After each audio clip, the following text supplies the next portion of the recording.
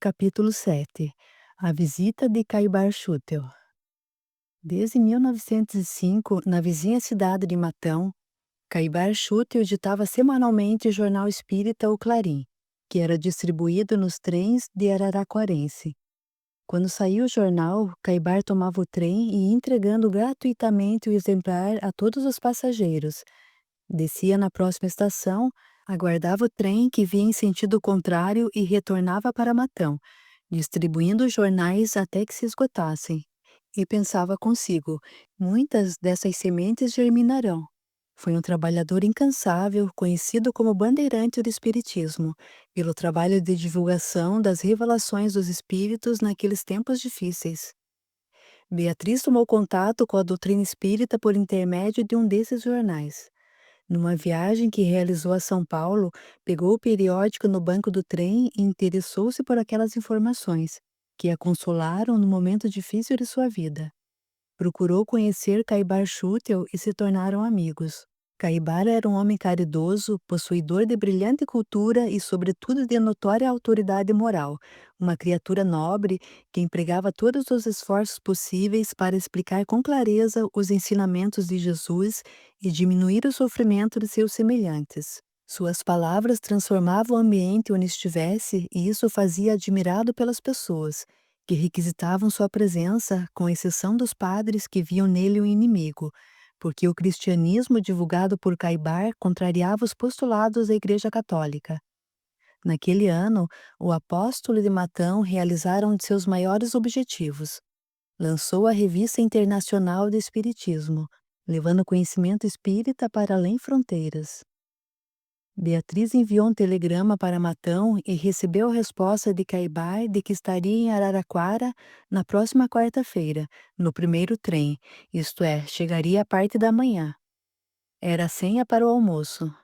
A alegria tomou conta da fazendeira. Privada de alguns momentos com o intendente de Matão, nota: intendente que valia ao cargo de prefeito da cidade, que Caibar Schutel exerceu por 2 vezes, a primeira na fundação da cidade, de 28 de março a 7 de outubro de 1899, e de 18 de agosto a 15 de outubro de 1900, conforme consta das atas e dos registros históricos da municipalidade matonense. Era uma oportunidade única. Anteviu os momentos emocionantes que teriam, as conversações sadias, os ensinamentos profundos, as interpretações das passagens evangélicas, as orientações para a vida. A fazendeira principiou a dar ordens para todos os serviçais, para que a recepção fosse impecável. Admirava a simplicidade e humildade daquele homem, mas queria fazer tudo com esmero, queria preparar uma refeição deliciosa, mesmo sabendo que ele se alimentava frugalmente. Não poderia faltar o bolo de laranja, que Caibara elogiava com razão. Era extremamente grata a tudo o que o editor de O Clarim fizera em sua vida, e estava muito feliz com a visita, que se repetia algumas vezes ao ano, mas todas as vezes era um acontecimento marcante. Avisou Mário, seu marido, que, como sempre, iria buscá-lo de charrete na estação.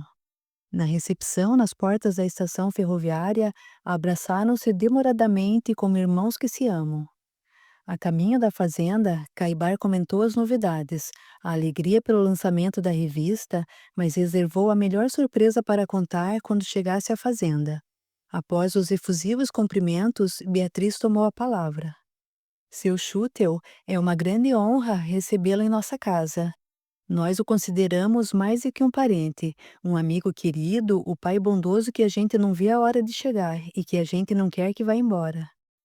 Parabéns pelo trabalho incansável de divulgar a doutrina consoladora, ainda mais agora com o lançamento da Revista Internacional do Espiritismo. Tivemos o prazer de receber o nosso exemplar e ficamos emocionados com seu valoroso trabalho, disse Beatriz com emoção sincera e com um brilho de alegria nos olhos. A revista é um trabalho dos nossos guias espirituais, a quem não me canso de agradecer. Sinceramente, estou muito feliz pela concretização desse objetivo, que tem como meta principal levar a doutrina para um número maior de irmãos. Agradeço pela forma como sou recebido nessa fazenda, pelo carinho de todos. Ainda estou longe de ser o que vocês pensam que eu sou. Mas agradeço de todo o coração, pois renovo minhas energias nos contatos com os amigos queridos. Me reabasteço para continuar as atividades de cada dia. Beatriz, tenho lido e raciocinado sobre o que você me escreve nas cartas periódicas. Suas palavras gentis encaminham-as para o nosso Mestre Jesus, o mérito é dele. E se dirigindo ao casal, disse com humildade: a regra que devemos seguir em nossa vida é clara. Fora da caridade não há salvação. Jesus está conosco, está no leme de nossa vida, está cuidando de cada um de nós. Continuem firmes nos trabalhos espirituais que realizam aqui na fazenda. Continuem divulgando os ensinamentos de Jesus sem as modificações impostas pela Igreja. Muitos estão sendo beneficiados, e os seus guias espirituais estarão velando por vocês. Logo após o delicioso almoço e a sobremesa imperdível, Caibar pegou sua maleta de couro, abriu-a sorridente e disse: agora a surpresa. Trouxe para vocês um pequeno mimo, meu novo livro, Espiritismo e Materialismo. Espero que gostem. Já coloquei a dedicatória com as palavras que brotaram do meu coração. E a leu com cuidado. Para os meus filhos queridos, Beatriz e Mário, uma obra despretensiosa, que foi escrita com auxílio dos meus guias e protetores espirituais. Que ela nos auxilie a alcançar a felicidade espiritual, ensinando-nos a paz, a esperança e a fé. Caibar Schutel, Matão, 1925. Beatriz tomou o livro nas mãos como se recebe uma joia. Folheou com atenção e, com lágrimas nos olhos pela emoção do momento, falou com um sorriso de gratidão. Seu Schutel, nas reuniões mediúnicas estamos estudando aquele seu outro presente. E pegou na estante do canto da sala um livro surrado, cheio de anotações de autoria do visitante. Médiuns e mediunidade. Olha, faz 2 anos que ganhamos essa preciosidade. De tanto uso está se desfazendo. Precisamos de outro exemplar com urgência. Falou apontando com o dedo a dedicatória de 1923. Estamos estudando nos trabalhos práticos de mediunidade. Caibar fez um gesto para interrompê-la e esclareceu. O livro para estudo sério das reuniões mediúnicas deve ser o Livro dos Médiuns, de Allan Kardec. Concordamos plenamente e o temos usado também, mas o seu livro é muito fácil, didático e está ao alcance dos médiuns aqui da fazenda. Não vamos cortar o pé de café que está florindo. E riram com satisfação. Caibar falou ainda sobre os assinantes da revista e os países que a estavam recebendo. Havia na fazenda um grupo que se reunia sob a coordenação do Mário, do qual participavam diversos trabalhadores, para o exercício da mediunidade e o estudo das obras de Allan Kardec. Depois Beatriz aproveitou para contar os acontecimentos tristes. A intromissão do padre na fazenda, a gravidez de Iracema, a sua expulsão da escola. Caibar ouviu com atenção e falou com segurança. Infelizmente, a Igreja está determinada a proteger os seus. Colocam instintivamente o bem da Igreja acima do bem das vítimas.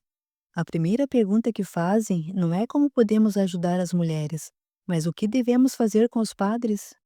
O celibato não deveria ser obrigatório, pois muitos padres não têm condições de cumpri-lo, é uma obrigatoriedade contrária à natureza humana.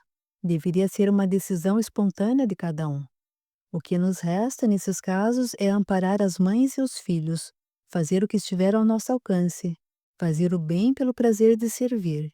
Um dia a Igreja Católica vai corrigir-se desse e de outros erros cometidos. O progresso é inexorável, vamos confiar em Deus.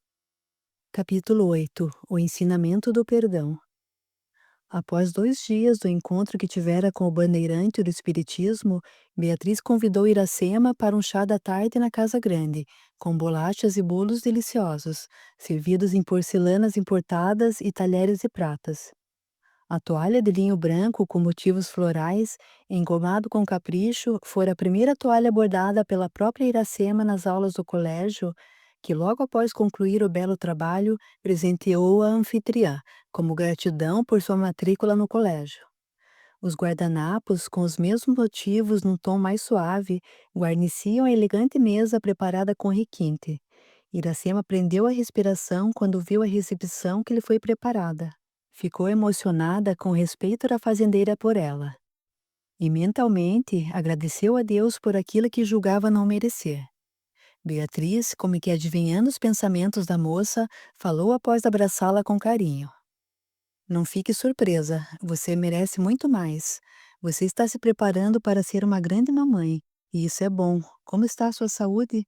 E como está o nosso nenê? Ele está se desenvolvendo bem, graças a Deus. Sinto-o movimentar-se dentro da minha barriga, parece que quer conversar comigo. E sorriu encabulada. Carinhosamente, a anfitriã ofereceu uma poltrona estofada para que a jovem pudesse aproveitar confortavelmente aqueles momentos. Beatriz estava muito feliz e falou sem rodeios. Estive no colégio a convite da diretora, Dona Margarida, e por enquanto você não vai frequentar as aulas. Após o nascimento de seu filho e o período de amamentação, arrumarei outra escola para você. Não há com o que se preocupar. Agora você tem outras prioridades para resolver, e não poderia mesmo frequentar as aulas no estado em que se encontra. Disse com um sorriso de aprovação, enquanto tomou as mãos da jovem entre as suas. Eu imaginava que isso pudesse acontecer, mas não pensei que seria tão rápido. Peço desculpas à senhora pelo transtorno, não queria decepcioná-la. Você não me decepcionou. Agora me diga, já fez as pazes com o Pedro? Aquela pergunta surpreendeu Iracema, que ficou muda, não sabia o que responder. O Pedro não lhe procurou ainda? Insistiu Beatriz. Sim, me procurou e eu mandei embora, fui dura com ele. E deixou que 2 lágrimas corressem por seu rosto, revelando seu estado interior. Você precisa perdoar-se. E abraçou carinhosamente Iracema como se fosse sua filha. Aconchegou-a ao peito e repetiu com doçura: Perdoe-se. Não, não consigo. Sabia que estava errada e deixei meu relacionamento continuar. Errei e não mereço ser perdoada. Iracema, você não errou, você aprendeu, o que é bem diferente. Não existe erro, existe aprendizado. Por esse motivo precisa perdoar-se. Jesus está lhe perdoando, não está lhe acusando de nada. Ele nunca acusou ninguém. Ele sabe que errar faz parte da vida. Ou você acha que ele, que nos ensinou a perdoar, não iria perdoá-la? Você quer ser superior a Jesus? Jesus não a condena e você quer condenar-se? Beatriz começou a sentir que suas palavras estavam surtindo efeito. Iracema chorava em silêncio e dava sinais de que estava concordando com as sábias orientações. A fazendeira acariciou os cabelos da jovem e continuou com sabedoria. Sabe por que a gente erra? Para crescer espiritualmente. Não tem um ditado popular que diz: quem não anda não cai? Pois então você está andando, está caminhando, está crescendo em espírito, ficando mais experiente. Compreendo, mas não está fácil, estou sofrendo muito. É natural, o que não é natural é você agravar o sofrimento, aumentando suas dores. Não é uma atitude inteligente. Pense no futuro do seu filho. Como assim? Você enganou-se, mas não tem o direito de ferir as pessoas que te amam. Por que você mandou o Pedro embora? Ele te ama, gosta de você e poderá ser o pai de seu filho, se você permitir. Impossível, acho que ele não aceitaria essa responsabilidade. Você já perguntou? Não, não tenho coragem. Nem sei se ele vai aparecer depois da nossa conversa. Fui muito agressiva no dia em que ele me procurou. Deixe o assunto comigo. Vou procurar saber do interesse dele. Procure manter-se calma. É muito difícil, só tenho pensamentos negativos. Fico triste e remoendo o que aconteceu. Lembre-se, pensamentos a gente muda, com esforço a gente pode mudar. Basta querer. Podemos controlar o que pensamos. Tente. Imagine o Pedro como seu marido, brincando feliz com seu filho na sala de sua casa. Imagine-se participando das brincadeiras. Abrace os dois com carinho. Veja um lar feliz com todos vocês reunidos. Você estará criando condições para que as coisas aconteçam da maneira como você está pensando. O pensamento é uma força viva, criativa. Troque os pensamentos de sombrios para pensamentos felizes, iluminados. Não é difícil. E você se sentirá bem. Agora vamos tomar uma xícara de leite com café, antes que esfrie. e deixe o Pedro comigo. Iracema sorriu como há muito não fazia, e achou que as bolachas de coco estavam deliciosas. Capítulo 9. O encontro do afogado. Alguns dias depois, a cidade amanheceu em polvorosa. Foi encontrado no Ribeirão das Cruzes um cadáver de homem, pele clara, sem roupa, cabelos pretos, em adiantado estado de putrefação. A polícia não havia recebido nenhuma reclamação de homem desaparecido. O defunto foi levado para o necrotério da Santa Casa de Misericórdia para ser reconhecido pelos possíveis familiares ou amigos. Após a identificação, seria inumado. Coube ao delegado, Dr. Ademar, elucidar o caso, que foi amplamente divulgado nos jornais da cidade. Na parte da manhã, compareceram alguns curiosos e transeuntes, mas não deram nenhuma informação que pudesse ajudar na investigação. O corpo estava muito deformado pelo tempo que ficara submerso. Seria um caso de difícil solução. 2 pescadores se aproximaram e estavam examinando o defunto como se o conhecessem. Pelo comportamento estranho, pareciam bêbados e descontrolados. Falavam alto e faziam brincadeiras com o morto. Com a chegada de um padre, calaram-se e ficaram num canto observando. Cumprindo um dever cristão, pois conhecia quase todos os habitantes da cidade, Padre Carmelo entrou no necrotério com a intenção de abençoar o afogado, dar-lhe a extrema-unção. Foi recepcionado pelo diretor daquela casa de saúde, que respeitosamente o levou até a mesa onde se encontrava o corpo. O diretor levantou a ponta do lençol que cobria o defunto e, quando o religioso avistou o morto, foi tomado de súbita emoção. Os cabelos pretos, lisos, o tamanho do homem deitado na mesa de pedra, o formato dos ombros, os pés, a pele clara, tudo indicava ser o padre Augusto. Sem poder controlar-se pelo forte nervosismo que o invadiu, ajoelhou-se trêmulo, com as lágrimas banhando o rosto que mostrava as rugas da experiência sacerdotal. Elevou as mãos para o alto e gritou com fervor: Pai querido, Senhor dos desesperados e dos aflitos, recebe esse teu filho no teu seio de amor. Padre Carmelo deduziu que o afilhado querido fora atacado pelos inimigos na noite que se preparou para a fuga. Nada do que haviam planejado dera certo, e caiu em pranto convulsivo. O delegado respirou aliviado, o reconhecimento fora feito pela autoridade eclesiástica mais rápido do que imaginava. Era o corpo do padre Augusto, que com certeza fora assassinado. Agrediram-no e jogaram-no no rio. As más línguas comentavam o comportamento desregrado do padre. O defunto não tinha os dentes, o que demonstrava para o doutor Ademar que ele fora vítima de violenta tortura. Os olhos foram devorados pelos peixes. O quadro era de difícil reconhecimento, mas o morto foi identificado por um homem de confiança, de moral ilibada, para a segurança e tranquilidade do delegado de polícia, que agora poderia concluir o inquérito policial. E o padre Augusto estava ausente da cidade, exatamente no número de dias que se calculava estiver o cadáver submerso. O caso estava bem resolvido, só precisava depois apurar os responsáveis pelo bárbaro crime. Nisso, depois de algum tempo, os pescadores, mal vestidos e cheirando a aguardente, aproximaram-se do delegado e disseram com respeito: Doutor, esse homem não é padre coisa nenhuma, é o Pio, nosso amigo que estava sumido. Notando o estado deles, que mal se sustentavam em pé, Dr. Ademar disse com energia: Vocês não estão em condições de reconhecer ninguém. Seu amigo Pio deve estar caído em algum canto da cidade. Se vocês não se afastarem, vou prendê-los por vadiagem. E tratou de retirá-los daquele ambiente. As freiras responsáveis pelo atendimento espiritual dos doentes e pelos serviços religiosos do hospital, com lágrimas nos olhos, deram início ao trabalho de lavar o corpo e vesti-lo com as roupas clericais, que foram trazidas da vizinha cidade de São Carlos. Mas o delegado as interrompeu bruscamente, contrariado. Era ele quem dava as ordens e não havia ainda autorizado o sepultamento.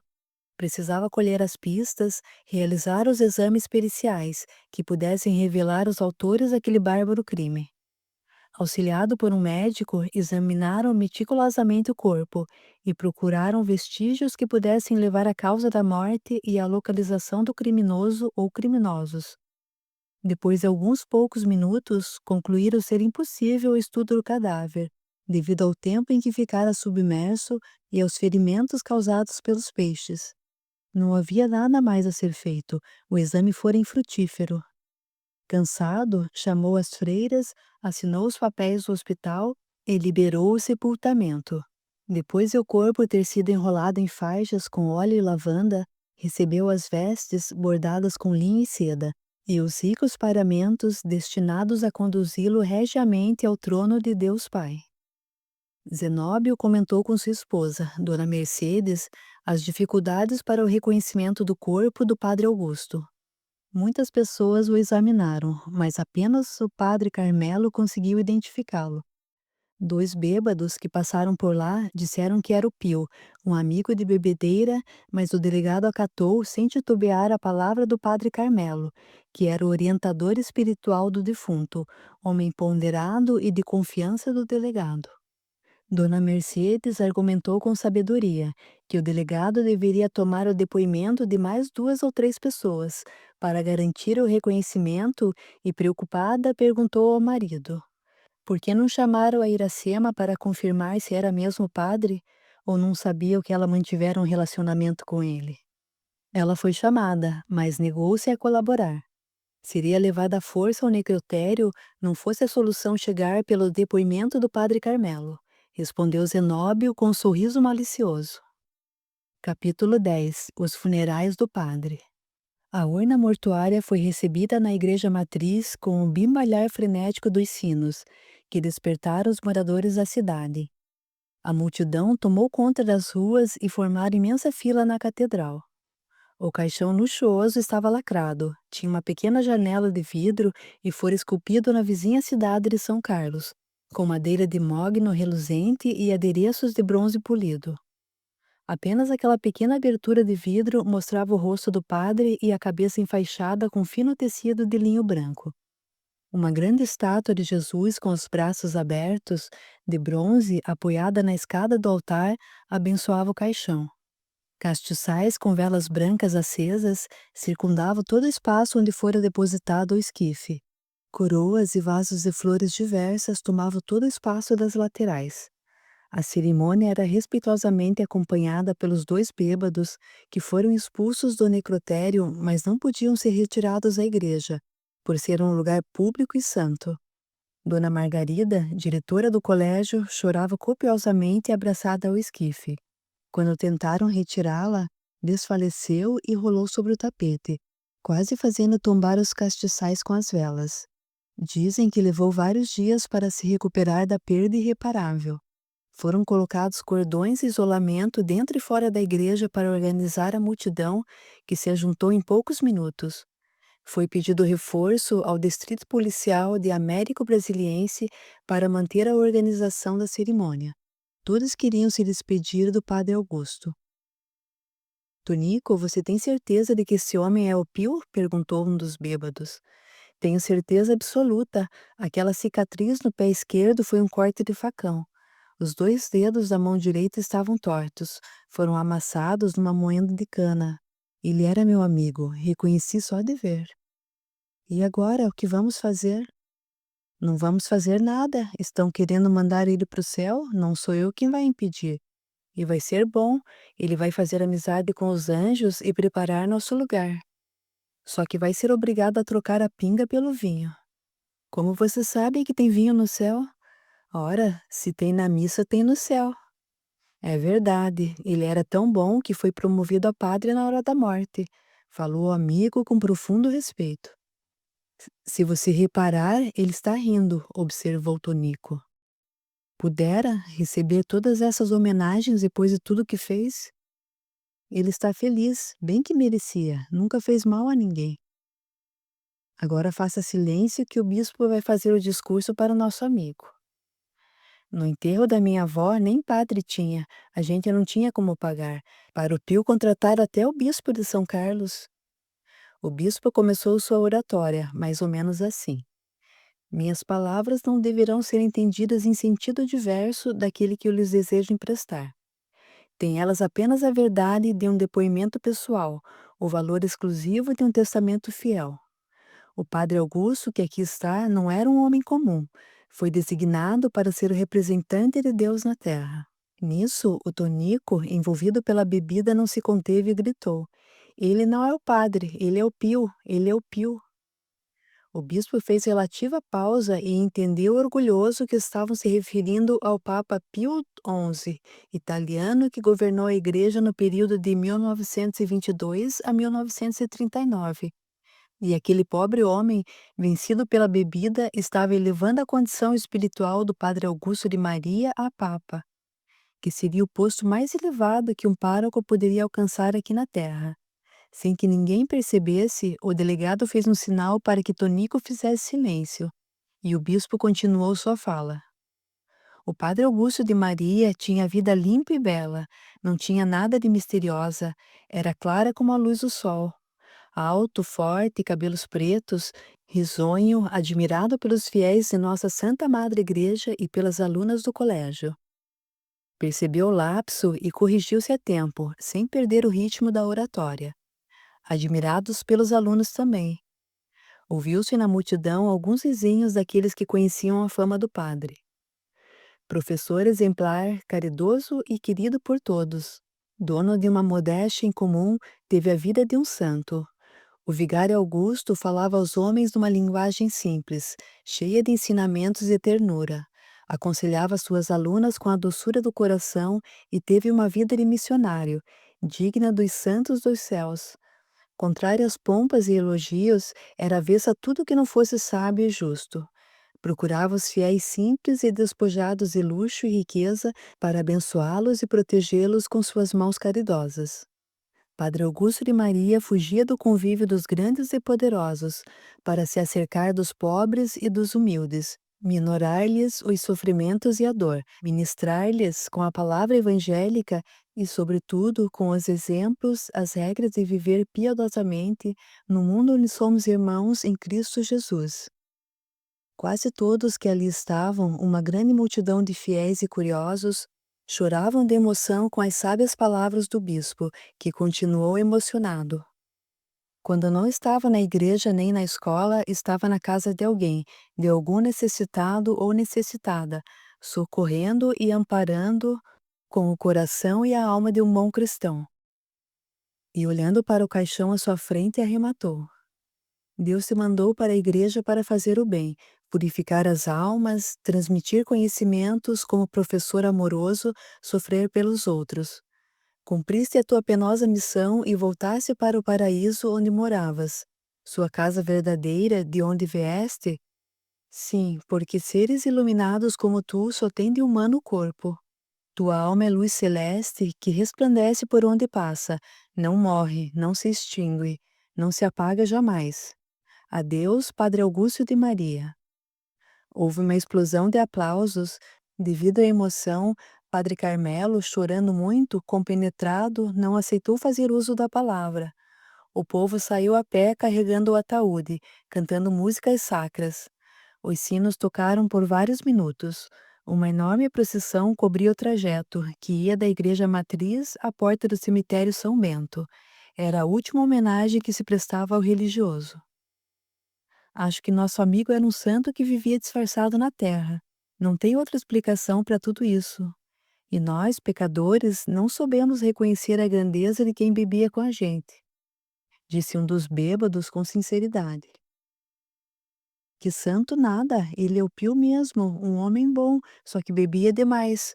Falamos a verdade, mas não quiseram nos ouvir. Quando ele chegar ao céu, que é um lugar bem diferente, acho que vai sentir nossa falta. Cruz credo, já pensou se ele manda nos chamar?